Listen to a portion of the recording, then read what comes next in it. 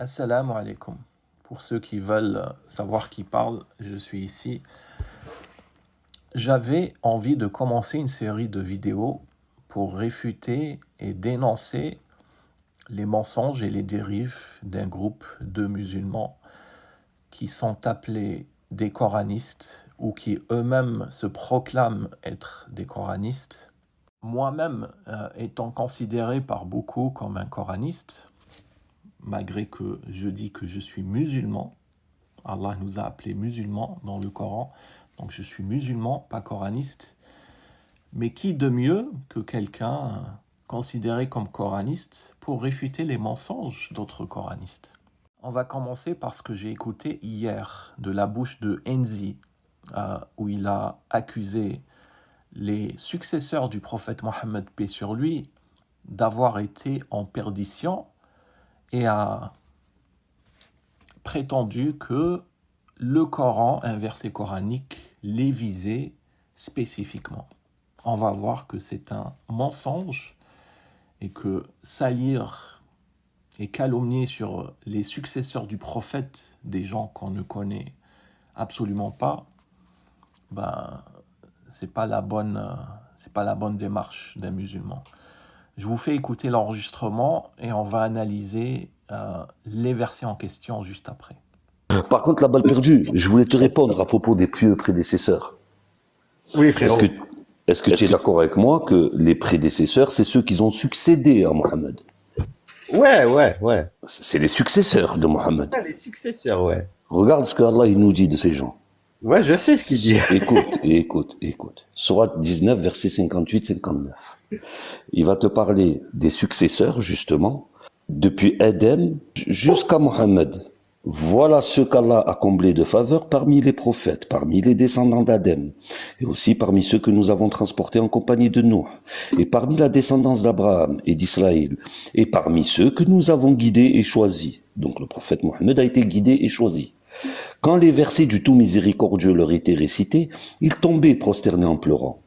Puis, leur succédèrent des générations qui délaissèrent la salate et suivirent leur passion. Ils se trouveront en perdition. Voilà ceux qui ont succédé. Donc les pieux prédécesseurs. Et Anzi, il y en a un la dernière fois, je l'ai bloqué, il m'a descendu tout de suite son live. Il vient, il me parle des pieux prédécesseurs et tout. Donc maintenant, on va tranquillement revoir les versets coraniques en question et voir, et vous pouvez juger par vous-même, si il désigne les successeurs du prophète Mohammed. Sourate 19, verset 58. Voilà ce que Allah a comblé de faveur parmi les prophètes, parmi les descendants d'Adam, et aussi parmi ceux que nous avons transportés en compagnie de Noé, et parmi la descendance d'Abraham et d'Israël, et parmi ceux que nous avons guidés et choisis. Quand les versets du tout miséricordieux leur étaient récités, ils tombaient sujudan en pleurant. Qu'est-ce qu'on peut tirer comme enseignement de ce verset? On peut voir qu'il y a un groupe de personnes que Allah a choisi, a guidé, a comblé de bienfaits. Qui comme personne? Ça nous dit parmi les prophètes. Donc s'il y a parmi les prophètes, donc pas forcément tous les prophètes. On est d'accord avec ça. Parmi les descendants d'Adam, donc Adam est cité de nom. Ensuite, parmi ceux que nous avons transportés en compagnie de Noé, parmi la descendance d'Abraham et d'Israël, qui sont cités de nom. Dans ce verset, est-ce que le nom de Mohammed est cité? Il n'est pas cité. Est-ce que parce que quelqu'un n'est pas cité, ça veut dire qu'il n'a pas été guidé et choisi par son Seigneur? Absolument pas. Puisque ça nous dit « et parmi ceux que nous avons guidés et choisis ». Donc il y a un tas de personnes que Allah a guidées et choisies, mais il n'a pas cité leur nom ni de qui ils descendaient. Donc jusqu'à ce point, est-ce qu'il y a quelconque indication qui indiquerait que ça part du prophète Mohammed ou des successeurs du prophète Mohammed? Absolument pas. On va passer au verset suivant, 19-59. Puis leur succédèrent des générations qui délaissèrent as-salawat et suivirent leurs passions. Ils se trouveront en perdition. Donc, les générations dont il est question dans ce verset, leur succédèrent des générations. Ces générations ont succédé à qui? Elles ont succédé aux personnes qui ont été citées auparavant, comme on le voit ici, c'est-à-dire qui ont succédé aux descendants d'Adam, qui ont succédé aux gens que Allah a transportés en compagnie de Noé, qui ont succédé à la descendance d'Abraham et d'Israël, et qui ont succédé à ceux que Allah a guidés et choisis. On est d'accord là-dessus. Où est-ce que ça indique que, si ça parle des successeurs du prophète Mohammed, paix sur lui?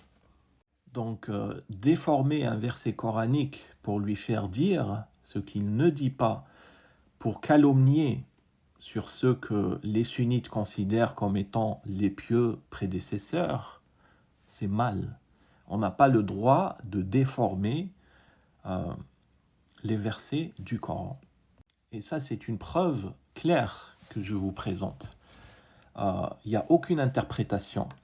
Si le nom de Mohammed, le prophète Mohammed, paix sur lui, n'est même pas cité, pourquoi inventer ça et pourquoi prétendre que les gens dont il est question dans ce verset, ça concerne les successeurs du prophète? C'est totalement faux.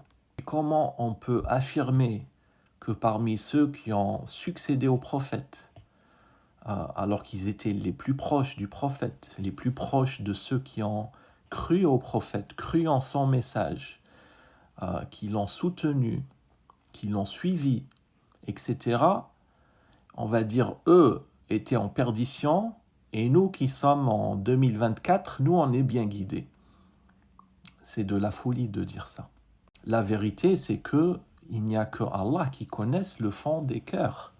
Il n'y a que Allah qui connaisse qui étaient les hypocrites, même au temps du prophète, et qui étaient pieux, tout autant au temps du prophète que de nos jours. On ne peut pas venir aujourd'hui en 2024 et calomnier sur des gens qu'on ne connaît pas et dire que les successeurs du prophète étaient en perdition. C'est de la calomnie. On ne devrait pas dire ça. Et en plus de ça, le verset n'est même pas fini. Regardez la suite du verset. Sourate 19, verset 60. Sauf celui qui se repent, croit et fait le bien, ceux-là entreront dans le paradis et ne seront point lésés. Illa. Donc ce verset, ça suit le verset précédent. On ne peut pas les séparer puisque ça commence par illa, qui vient en fait ajouter des conditions à ce qui était dit avant. C'est-à-dire que le verset d'avant qui disait que oui, ces gens-là qui ont délaissé leur salawat et suivi leur passion, ils se trouvent en perdition, mais sauf celui qui se repent, le repentir en islam, et qui croit, qui a la amana dans le cœur, et qui fait le bien, amala salihat. Donc, c'est très grave de non seulement en fait ne pas finir les versets, mais en plus de ça, déformer le sens et chercher à faire dire au Coran ce qu'il ne dit pas. Voilà, c'est tout ce que j'avais à dire pour aujourd'hui. Wassalamu alaikum wa rahmatullahi wa barakatuh.